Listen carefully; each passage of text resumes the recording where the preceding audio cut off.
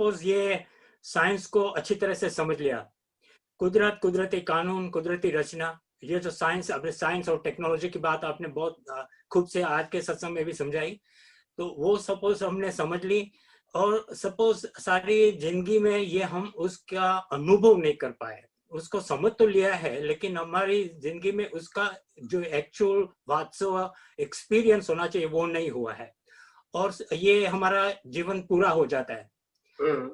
तो ये तो डेवलपमेंट में तो नहीं आएगा, इसलिए हमारे अगले जन्म में इसका कैसा, कौन सा बेनिफिट हमारे साथ आएगा?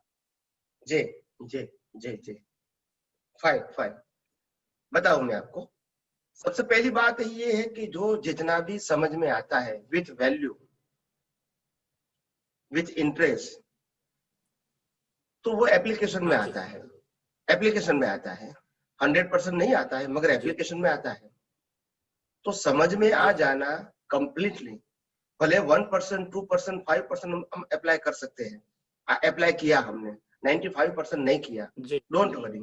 मगर जो आपने अंडरस्टैंडिंग आपने क्लियर कर लिया है, तो वो अंडरस्टैंडिंग है, वो आपको डेवलपमेंट के रूप में कैरी फॉर होगा, मगर वो डेवलपमेंट आपका मैच्योर्ड नहीं है।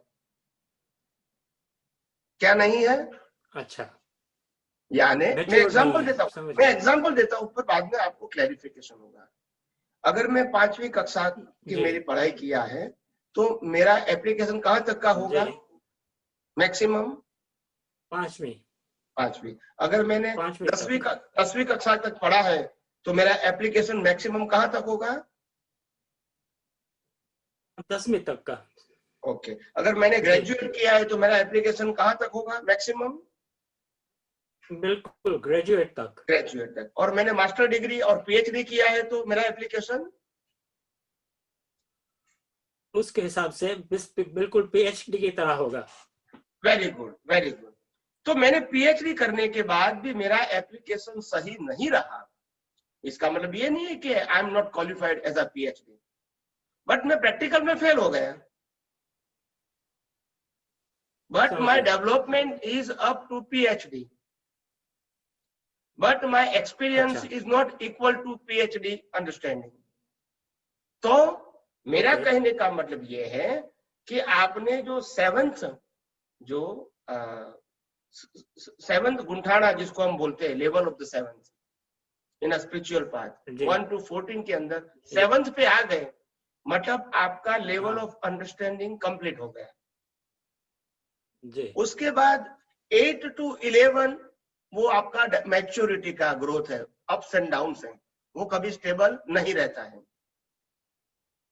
आपको समझ में आ गया, वो बहुत इंपॉर्टेंट है। इसके बाद आपको सिर्फ मैच्योरिटी लाना है अनुभव के साथ, और वो एप्लीकेशन अगर आपका 48 मिनट्स रहता है कंटिन्यूस, 7th स्टैंडर्ड का एप्लीकेशन 48 मिनट रहता है, तो you cross the 11 and you enter in a 12, then you never come back. Okay. आप समझ में आ गया आपका? तो 7th बिल्कुल समझ में आ गया स्वामी जी। 7th तक ही डेवलपमेंट है, और वो डेवलपमेंट कहीं पर होगा। बाकी 8 to 11 है, वो तो अप एंड डाउन है, तो वो कैरी फॉरवर्ड नहीं होने वाला है वैसे भी। जी, थोड़ी ये कंफ्यूजन इस बात में थी कि एक तरफ समझ है और एक तरफ एप्लीकेशन है, तो समझ का बेनिफिट ऐसा ना हो कि हम लूज कर जाएं, क्योंकि सारी एप्लीकेशन तो हो नहीं पाएगी, इतने वो नहीं है हमारे में सामर्थ्य, इसलिए शायद समझ ना हो, इसलिए कंफ्यूजन था। देखो, आपने खुलासा कर दिया स्वामी जी। एक छोटा और प्रश्न, एक मिनट। देखो, समझ दो प्रकार, जी बोलो। एक बौद्धिक समझ होती है और एक दृष्टि में समझ होती है। दृष्टि को ज्ञान दर्शन बोलते हैं और बुद्धि को इंटेलेक्चुअल बोलते हैं। मैं इंटेलेक्चुअल की बात नहीं करता हूँ जी। ज्ञान दर्शन में अगर आपकी दृष्टि में सेट हो गया है विज्ञान अप टू 7, मीन्स आपका डेवलपमेंट का लेवल कंप्लीट हो गया। अभी बाकी रहा एप्लीकेशन से। अच्छा, ओके। दृष्टि की बात, दृष्टि का मतलब है ज्ञान और दर्शन, आप समझे ना। बुद्धि का मतलब होता है नॉलेज, इंफॉर्मेशन। मैं उनकी बात नहीं करता हूँ, I am talking about the vision.